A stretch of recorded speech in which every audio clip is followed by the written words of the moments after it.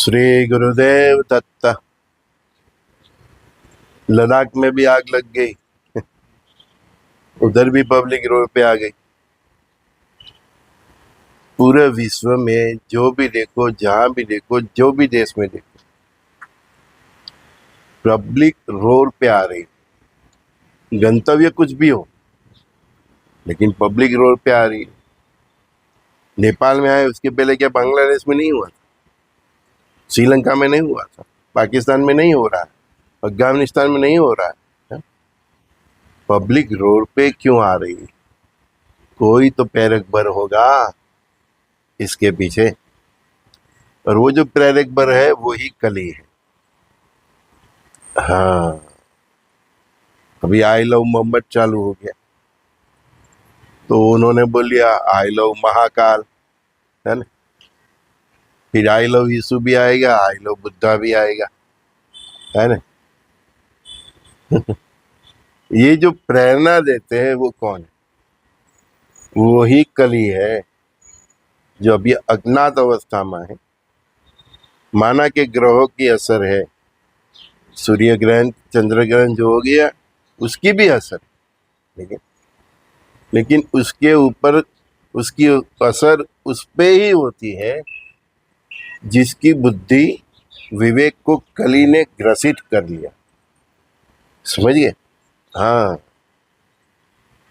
जो आध्यात्मिक मार्ग है, नित्य मंत्र जाप ये सब कर रहे हैं, तो उसकी बुद्धि को हैक करने में कली को दिक्कत रहेगी, क्योंकि उसका जीवन दैविक है। तो जो दैविक रास्ते पे चल पड़े हैं उसकी बुद्धि हैक करने में कली को दिक्कत रहेगी। फिर भी हमारा और हमारे जैसे का डेली सत्संग सुनने के बाद भी अगर हमने स्पष्ट बोला है रोड पे नहीं आने का, सरकारी संपत्तियों को नुकसान नहीं करने का, आप कोई भी धर्म के हो और ऑपोजिट धर्म का मंदिर, मस्जिद, गिरजाघर कुछ नहीं जलाने का, बहन बेटियों को नुकसान नहीं करने का, जो ये सिद्धांत पकड़ के रखेंगे, शुद्ध सात्विक जीवन जी के रखेंगे, अपना चरित्र संभाल के रखेंगे, उसकी बुद्धि कली हैक नहीं कर सकता। कोशिश भी करे तो वो इसकी इफेक्ट नहीं होगी। हाँ, कई दोस्त मुझे बोले सर आप एक बात बार बार क्यों बताते हैं? बतानी ही पड़ेगी। बार बार बताऊंगा तो बार बार इसीलिए बता रहा हूँ कि वो पुनरावर्तन है, तभी तो आपका लेसन पक्का होगा, है ना। मैंने बोला ही है, चाहे कुछ भी हो जाए रोड पे मत उतरना, मंदिर मस्जिद को मत तोड़ना, सरकारी संपत्तियों को नुकसान मत करना, प्राइवेट संपत्ति को नुकसान मत करना, बोला है ना। हाँ, चाहे आप कोई भी धर्म को हो, ऑपोजिट धर्म के बहन बेटियों को नुकसान मत करना, बोला है। इसीलिए बोला है कि आपकी बुद्धि कली हैक न कर सके, और बार बार भी मैं इसीलिए बोल रहा हूँ कि आपको याद रह जाए, लेसन पक्का हो जाए, फिर आप माला करो, जप करो, तो फिर आप दैविक रास्ते पे चल पाओगे और देवों के साथ रहेंगे। तो क्या है, I love Mohammad, I love Mahakal, है ना।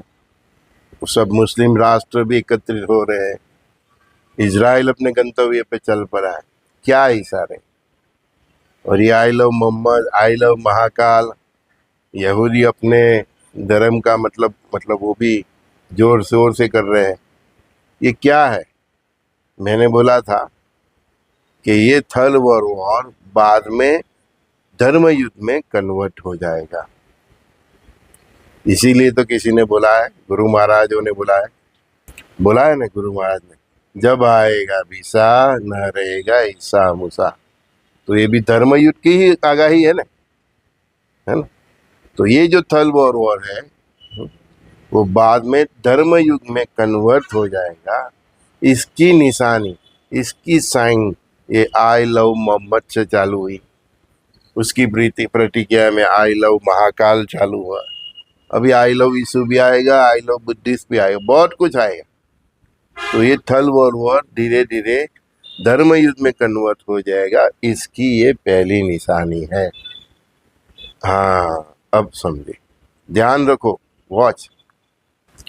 कहीं पे शहद की एक बूंद गिरी हो या वो शक्कर गिरी हो, जो चींटियां अपने उसका जो आशियाना होता है, दर बोलते हैं हम लोग, उधर से उधर वो जो शहद गिरा है उधर चल पड़ती है, शक्कर गिरी है उधर चल पड़ती है ना।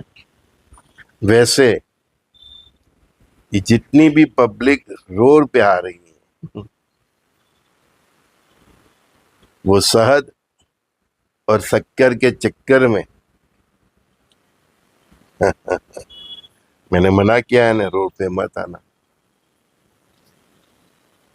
तो ये जो शहद और जो ये शक्कर आपको प्रेरित कर रही है रोड पे आने के लिए, राष्ट्रीय संपत्ति को नुकसान करने के लिए, आप जो धर्म के उसके ऑपोजिट लोगों को नुकसान करने के लिए, आप जो नेशन से हो ऑपोजिट नेशन वाले को ऊपर अटैक करने के, तो ये जो भी हो रहा है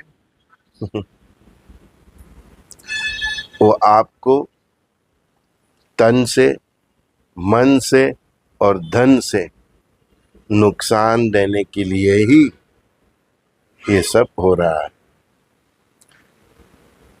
वो कली आपको प्रेरित कर रहा है। जैसे चींटियां शक्कर को देखकर अपने आशियाने से निकल पड़ती है ना, उधर बोलते हैं, पैर के नीचे हो कहीं भी हो तो वहां से निकल के उसको शक्कर की सुगंध आ जाती है या शहद की वो मालूम पड़ जाती है, तो चींटियां अपने दर से निकल पड़ती है। जैसे चूहे अपने बीन से निकल पड़ते हैं, सर पे अपने बीन से, वैसे ही ये कली सबकी बुद्धि को हैक करके सबको रोड पे लाएगी, बॉर्डर पे लाएगी। देखो सब थल ओवर की जो देश अभी एंट्री नहीं है वो भी तैयारी कर रहे हैं, नए सैनिकों की भर्ती कर रहे हैं। क्यों? बस यही है कली की बुद्धि, आपको फौज में डालेगी, आपको ये मतलब समझिए आप, बहुत स्पष्ट रूप से बोलना मना है, मेरी बात को पकड़ के रखना।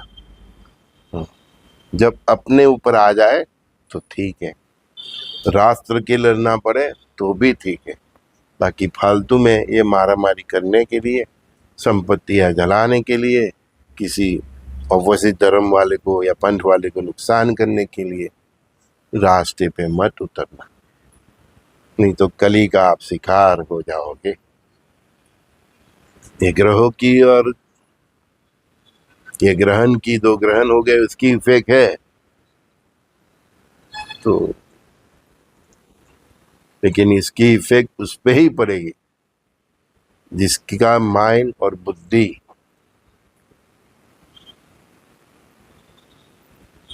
शब्द नहीं है, समझ जाइए आप।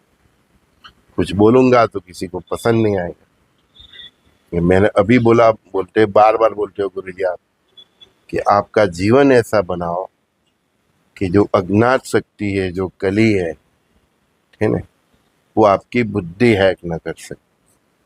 विश्व के कई राष्ट्रों की बुद्धि हैक हो गई, हमारे प्राइम मिनिस्टर बचे हुए हैं क्योंकि उनका जीवन एकदम पवित्र है।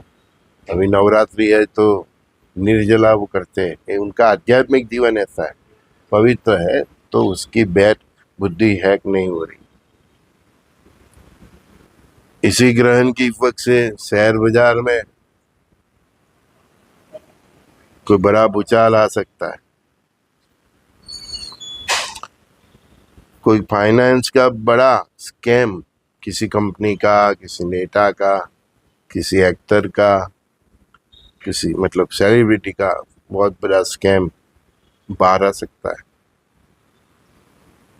और नवंबर दिसंबर के लिए मैंने बोला है कि एक महाभूकंप और चक्रवात, मतलब प्रकृति का जो प्रलय होता है वो नवंबर दिसंबर नहीं, अक्टूबर नवंबर तक मैं देख रहा हूँ। सो आप ट्रैवलिंग का जो भी मतलब आपका प्रोग्राम बनाओ तो ये नवंबर तक थोड़ा नज़र रखिएगा। अपने देश की डर्टी पॉलिटिक्स को भी ध्यान रखिएगा। ये लोग भी, जैन जी, वो कोई धर्म से भी हो सकता है, कोई समुदाय से भी हो सकता है, कहीं से भी ये लोग, एक पैटर्न इनके हाथ में आ गई है। लेकिन ये सब मतलब मैं बोल रहा हूँ कि कल ही प्रेरित है, तो वो कल ही अपने देश में भी इसको एक्टिव करने की कोशिश करेंगे। इसके लिए निमित्त कोई भी बन सकता है, कोई धार्मिक गुरु भी बन सकता है, कोई राजकीय पार्टी भी बन सकती है।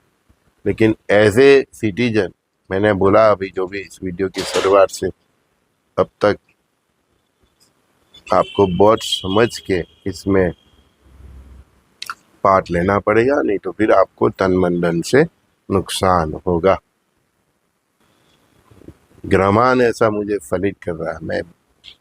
मैं कोई भगवान नहीं हूँ, लेकिन परमात्मा जो प्रेरणा करते हो, जो मेरा नॉलेज है ग्रामान और ये सब जो भी लिया है, तो ऐसा दिख रहा है कि ऐसा हो सकता है। नहीं हो वो हम सबके लिए अच्छा है, लेकिन ये लोग की कोशिश रहेगी कि भारत को सिविल वॉर में जब धकेल दिया जाए, कैसे भी करके गवर्नमेंट को हटाया जाए, कैसे भी करके बॉर्डर पे वॉर को एक्टिव किया जाए, भारत जो नंबर 4 पे है उसको नीचे गिराया जाए फाइनेंशियली, उसकी जो 3 और 2 तरफ की दौड़ है फाइनेंशियली, उसमें रुकावट ले आए। तो ये सब समय भी ऐसा है, तो आप सब बी केयरफुल। कल भी बोला था, आज भी बोला कि पुलिस और आर्मी को एक्शन में आना पड़ेगा, और आएगी। आप देखोगे कि पुलिस निष्पक्ष होकर काम करेगी, आर्मी सबकी बैंड बजा देगी, तो आप भी ये सब देखने वाले। तो वक्त ऐसा है कि राष्ट्र के साथ रहिए, इस ब्रह्मांड का जो सत्य है उसको उसके साथ रहिए, ठीक है, सत्य के साथ रहिए, राष्ट्र को मतलब ऑनेस्टली फॉलो कीजिए, राष्ट्र के अगेंस्ट जो भी जाता है तो उससे दूर रहिए, शुद्ध सात्विक जीवन ये सब पकड़ के रहिए, नाम स्मरण करिए। बस आज के दिन इतना ही कहना था मुझे। बहुत कुछ कहना है, लेकिन फिर बहुत लंबा वीडियो हो जाता है, कल फिर बात करेंगे। सो बी केयरफुल, टेक केयर, ठीक है। समय बहुत कठिन है, और ये 2025 ऐसा कुछ करने जा रहा है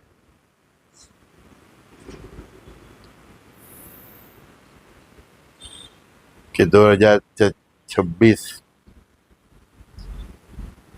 को वो जला के रख देगा। 2026 ऐसा कुछ करेगा कि वो 2027 उससे ज़्यादा जला के रखेगा। बस ऐसे ही फ्रीक्वेंसी बढ़ती ही जाएगी, और बढ़ती बढ़ती 32 तक पहुंच जाएगी। जैसे अभिमन्यु को चक्रव्यूह में जैसे घेरा गया था, उसी तरह ये कली ने जो चक्रव्यूह रचा है उसमें मानव जाति गिर जाएगी, और उसमें वही बचेगा जिसके ऊपर भगवत कृपा होगी। और भगवत कृपा के लिए हमें क्या करना चाहिए, मैं डेली सत्संग में भी बताता हूँ, और जो भावी के दान के जो मेरे संदेश है उसमें भी मैं बता। तो प्लीज़ थोड़ा ध्यान रखिए, आप जहाँ भी है सुरक्षित रहिए, इंडिया में है बाहर में है, सब जगह आप पूरी अपना दृष्टि खुला रख के जिए, सोच अपनी ओपन रख के जिए, न्यूज़ को पढ़ते रहिए। ये गलत फहमी में मत रहिए कि मेरे देश में, मेरे शहर में, मेरे गांव में ऐसा नहीं होगा। श्री गुरुदेव दत्त।